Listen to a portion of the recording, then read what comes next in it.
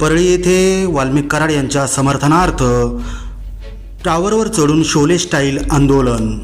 खोटे गुन्हे रद्द करा, वाल्मिक कराडला न्याय द्या अशी मागणी करत वाल्मिक कराड यांच्या मातोश्री व कराड समर्थकांनी परळी शहर पोलीस ठाण्यासमोर ठिय्या आंदोलन सुरू केले।